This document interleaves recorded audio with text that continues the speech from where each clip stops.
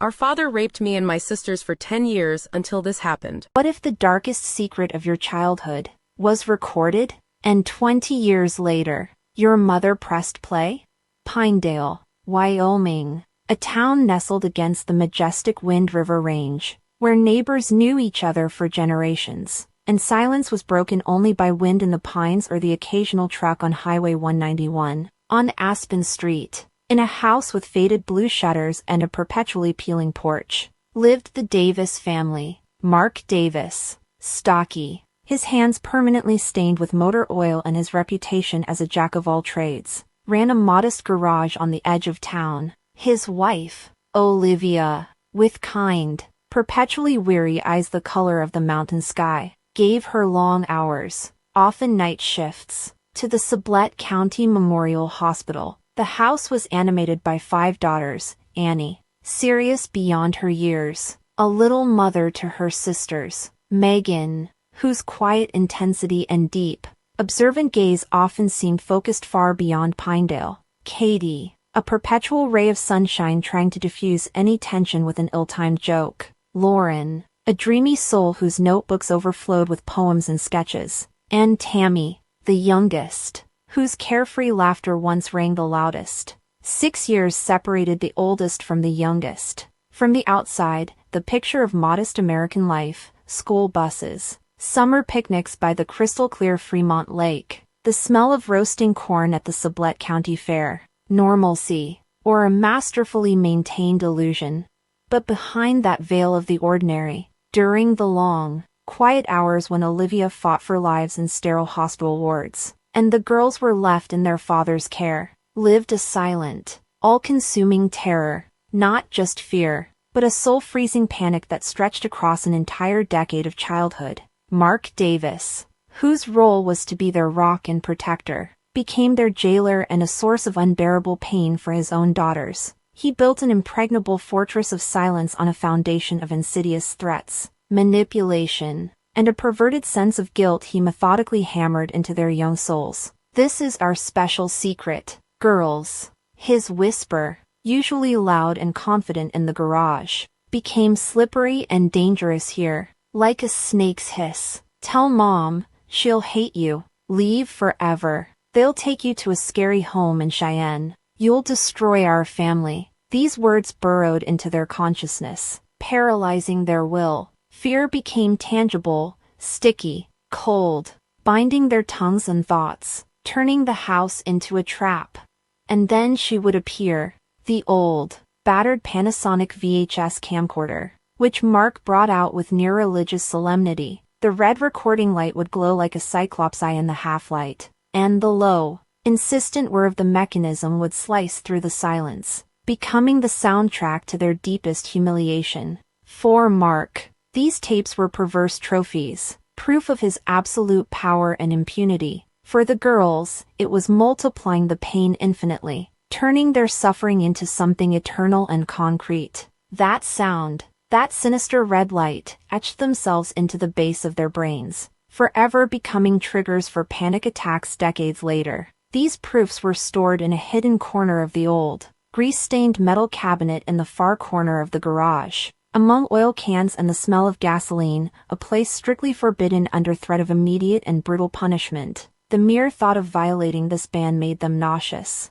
Olivia would return near dawn, drained, her mind still circling a difficult patient, paperwork, or simple exhaustion. She noticed the shadows under Annie's eyes, the girl who'd learned to care for others far too young. Tammy's inexplicable nightmares that sent her trembling into Olivia's bed, wordless. Megan's sudden, furious outbursts of anger, seemingly erupting from nowhere. Katie's nervous, brittle laughter at the most inappropriate moments. Lauren's pensiveness and detachment, as if living in another world. Olivia chalked it up to small-town school stress, the challenges of growing up in a big family, inevitable sisterly squabbles. Sometimes, she'd catch a daughter's glance, furtively cast at Mark, a fleeting spark of animal fear, instantly extinguished by lowered lashes. "What? Are my princesses acting up again?" Mark would brush off,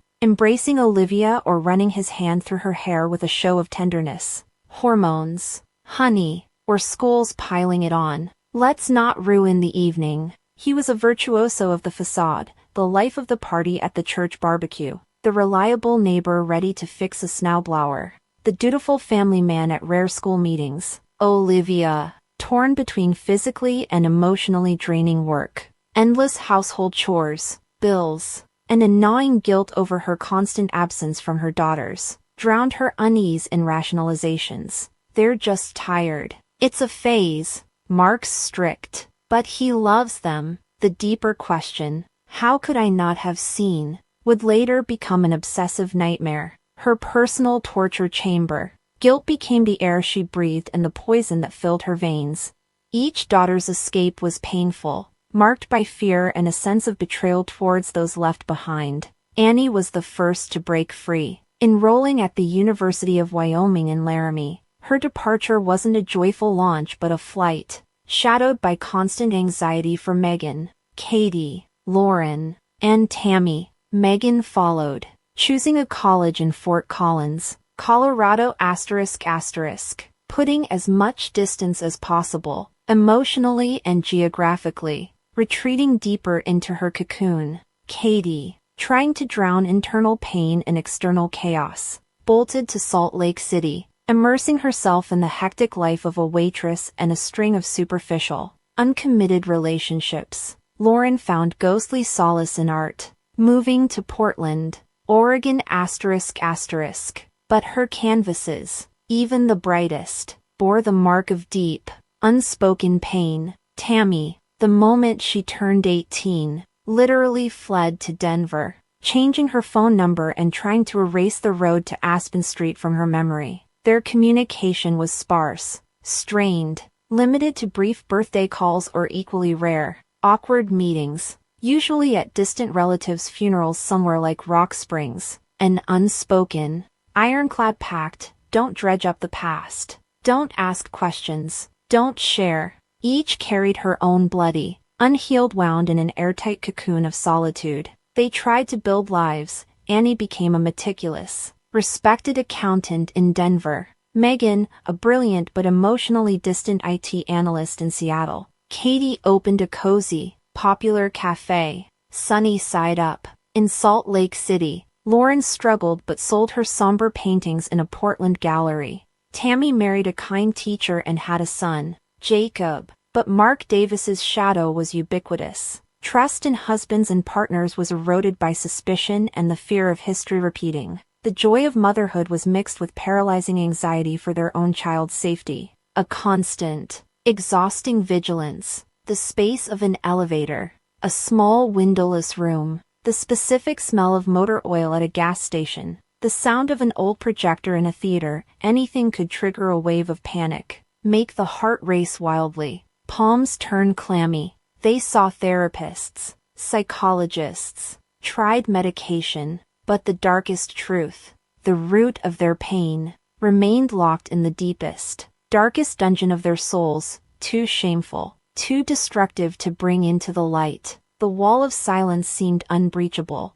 Mark's death a year ago from a massive heart attack while fishing on the shore of New Fork Lake brought the sisters not grief, but a complex, oppressive tangle of emotions. Relief, yes, deafening, almost physical, but also rage, helpless rage that he had escaped earthly judgment and their condemnation, that he never heard their scream, and a strange, hollow feeling of emptiness. The target of their decades of hatred had simply vanished. Olivia, now silver-haired, her face etched with lines of fatigue and mute sorrow, was left alone in the old house on Aspen Street. The house filled with ghosts, both bright, family memories, Christmas, birthdays by the lake, that now seemed sinisterly fake, and dark, unconscious anxieties of the past. She began the monumental, almost Sisyphean task, clearing the clutter. Physical, the attic, crammed with decades of junk, old suitcases, broken toys, faded albums. The basement with thick cobwebs and the smell of damp earth. The garage, Mark's inviolable kingdom where every tool, every oil can reminded her of him. and emotional clutter, the agonizing attempt to make sense of her life, her marriage, her catastrophic blindness. Every object, a clumsy clay vase Lauren made in 3rd grade, a faded photo by the lake where everyone smiled, was now scrutinized under a magnifying glass of doubt and pain. What hid behind that smile? What happened really?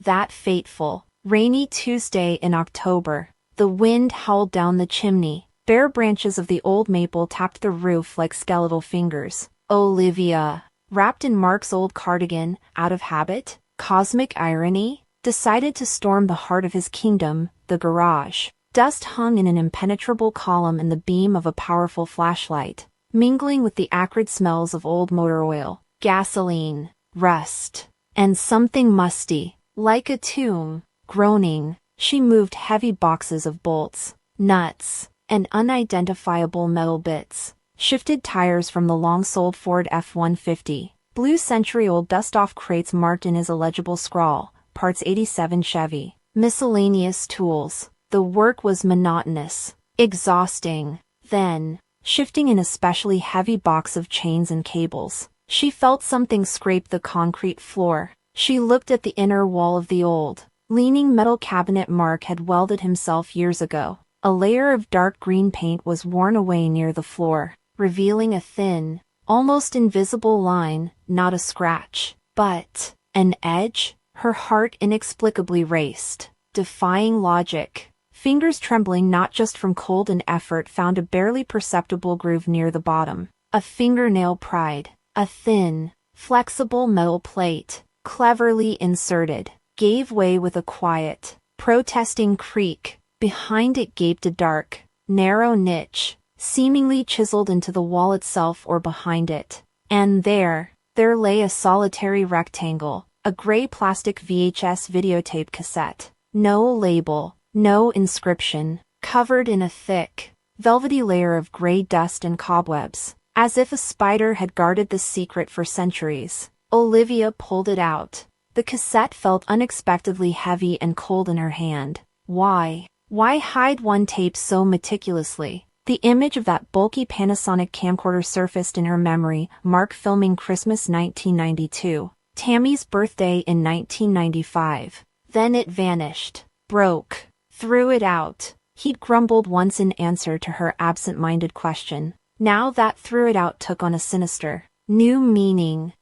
With a heavy, inexplicable stone in her chest, Olivia carried the tape across the yard into the empty, silent house. She found the old JVC HRS 3800 UVCR on the storage shelf behind boxes of Christmas decorations, a relic from the era of renting movies at Video Shack on Main Street. She blew off dust that felt like the ash of the past, struggled to connect it to the old but faithful Sony Trinitron TV in the living room, the very one they'd gathered around in the evenings. Her hands shook so violently she missed the slot 3 times. Finally, a click. She pressed the faded play button. The screen flickered to life with familiar black and white snow, the hiss of static, reminiscent of bad mountain reception, and suddenly, a picture, sharply stabilized, color, clear.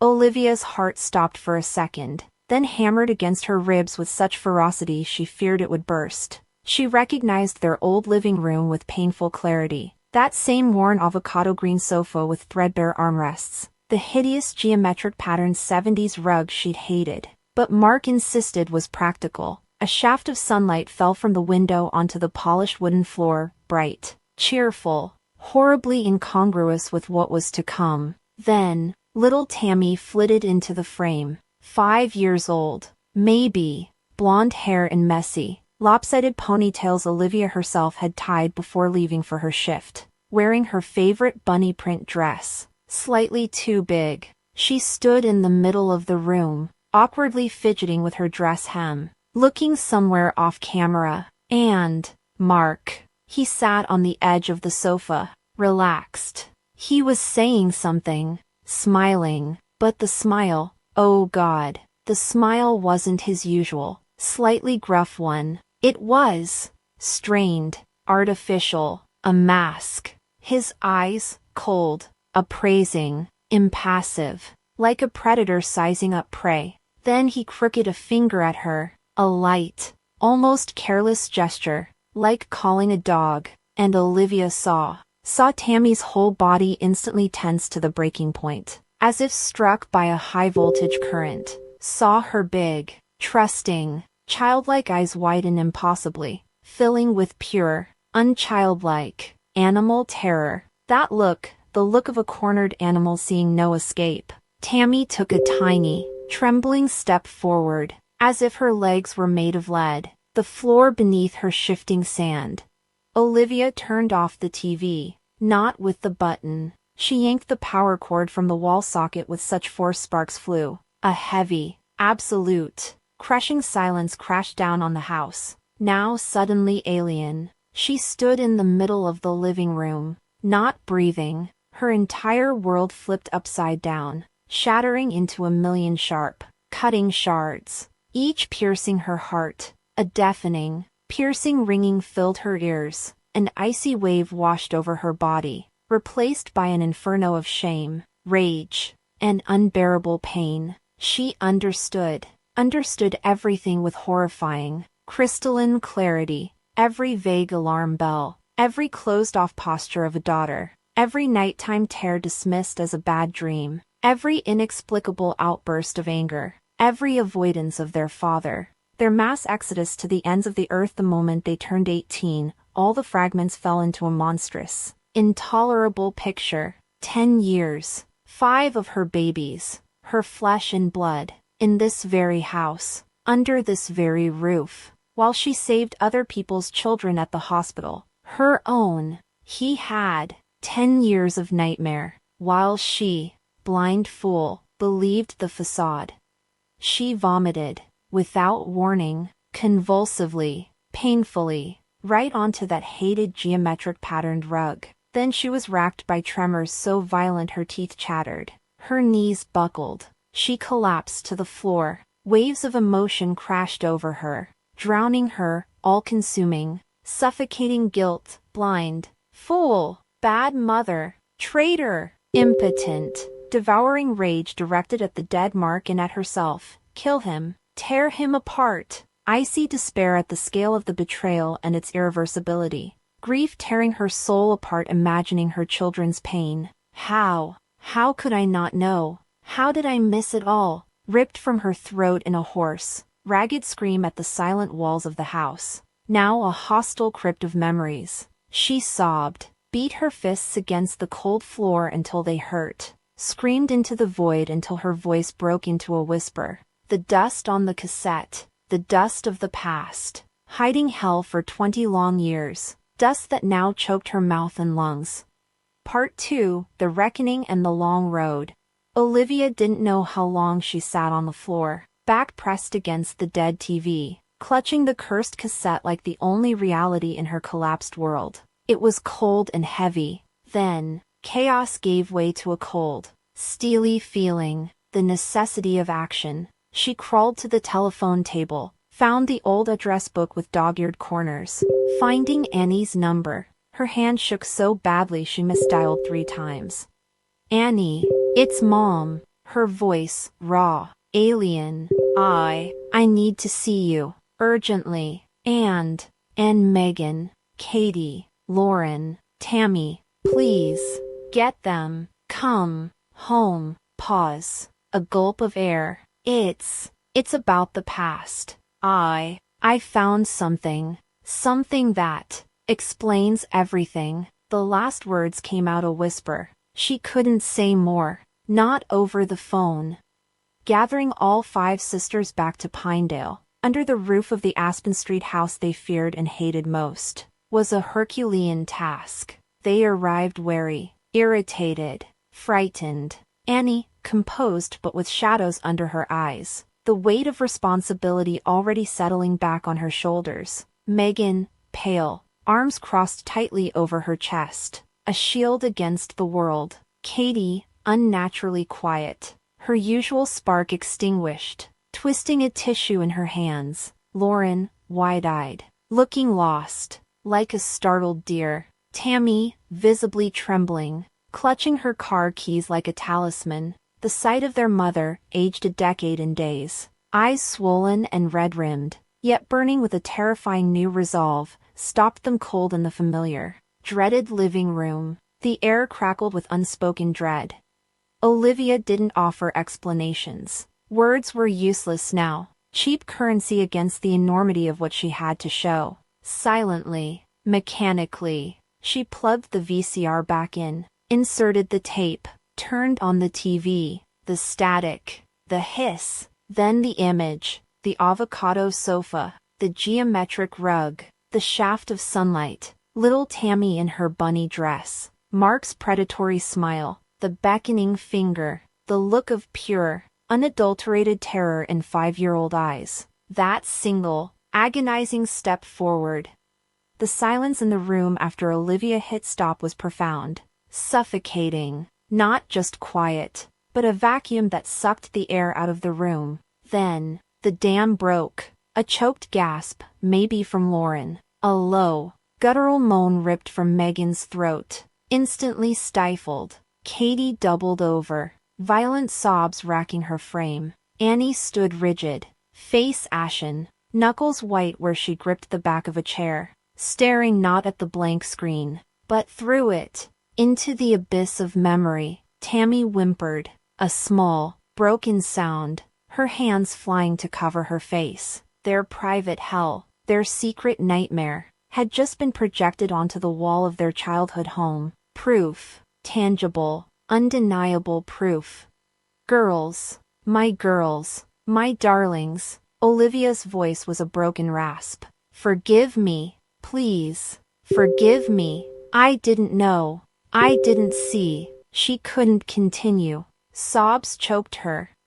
Then, the unexpected. Megan, always the most reserved, the most distant, the fortress unto herself, moved first. Not a word. She simply walked to her mother, her movements stiff, almost robotic, and wrapped her arms around her, tight. A shudder ran through both of them. Then Katie, tears streaming, stumbled forward and joined the embrace, burying her face in Olivia's shoulder. Lauren followed, her thin arms encircling her sisters and mother. Then Annie, releasing the chair, her composure shattering as she folded into the group. Finally, Tammy, still shaking, pressed herself against them, the little girl on the screen seeking safety at last. They stood, all 5 Davis sisters and their mother, in a silent, shuddering circle of arms in the middle of the Aspen Street living room, connected for the first time in 20 years by the sheer, unbearable weight of shared,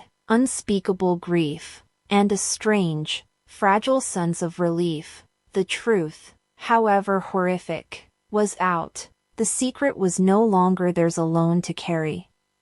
The hours that followed were raw, agonizing. Gathered around the old kitchen table, fortified by untouched cups of coffee gone cold, the sisters began to speak, not of the specifics of the nightmare, those details remained sacred, unspeakable wounds, but of its devastating, lifelong fallout. Annie spoke of her crippling need for control, her inability to truly relax, the constant vigilance that poisoned her marriage. Megan confessed her profound distrust, her emotional detachment that kept everyone, including well-meaning partners, at arm's length, her refuge in sterile logic. Katie described her frantic busyness, the string of shallow relationships, the compulsive humor masking a deep well of shame and fear of intimacy. Lauren shared her recurring nightmares, the dissociation, the way her art became both an outlet and a prison for the pain she couldn't voice. Tammy whispered about the suffocating anxiety as a mother, the irrational fears for her son Jacob, the panic attacks triggered by the most mundane things, a smell, a tone of voice, a creak on the stairs. Olivia listened, each revelation a fresh knife wound, but she listened. It was the first, crucial thing she could finally do for them, bear witness, acknowledge their pain, validate their reality.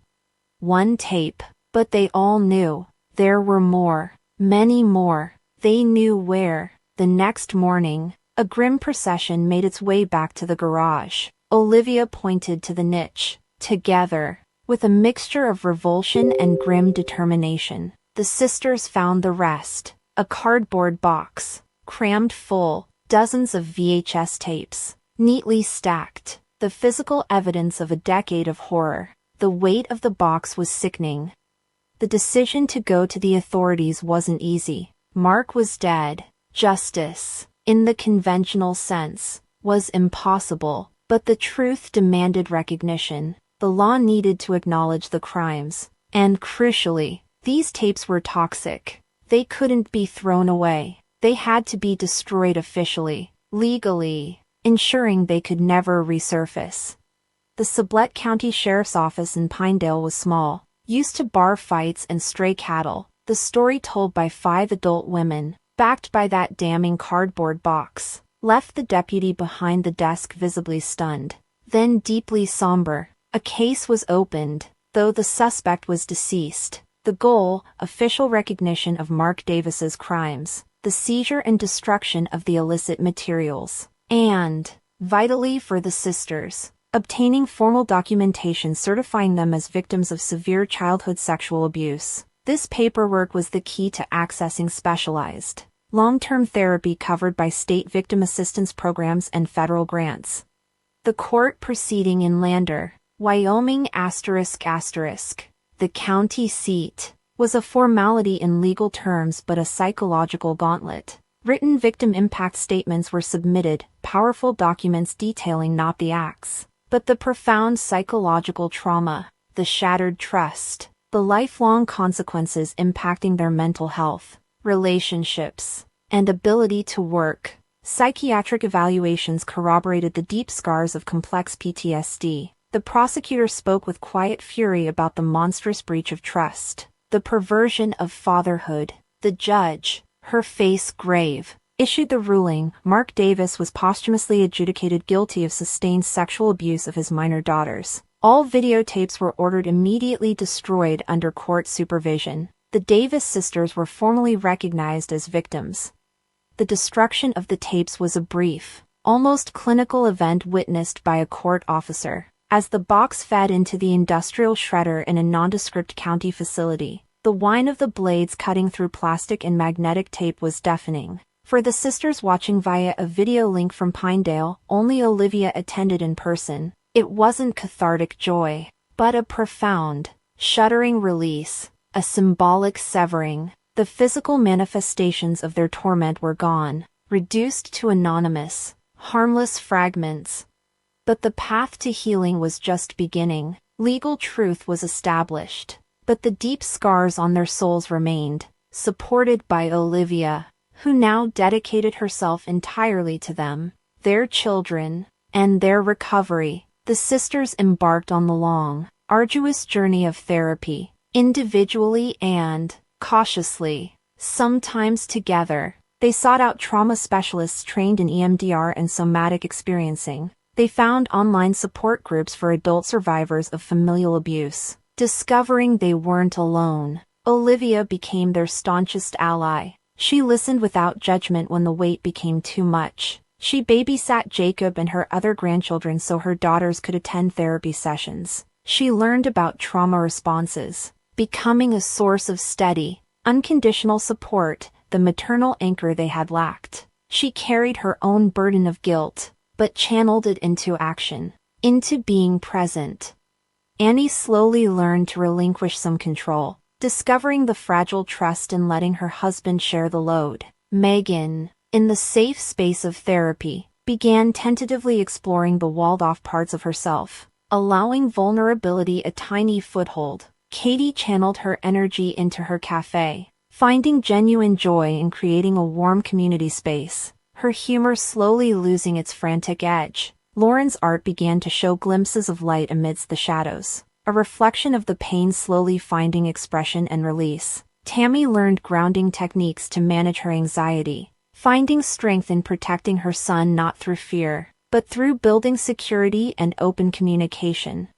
The story of the Davis family from Pinedale, Wyoming, is not one of forgiveness. Some wounds are too deep, some betrayals too absolute, but it is a testament to extraordinary resilience. It's the story of 5 women, shattered in childhood, who found the courage to unite 2 decades later. It's the story of how truth, however horrific, can ultimately liberate. It's the story of dragging horror from the dark niche of the past, exposing it to the light of law and acknowledgement, and learning, step by painful step, to live beyond it. They are learning to breathe air not thick with the dust of the past, but with the fragile, hopeful scent of a future they are reclaiming. Together, the echoes in the dust are fading, slowly replaced by the sounds of their own healing voices.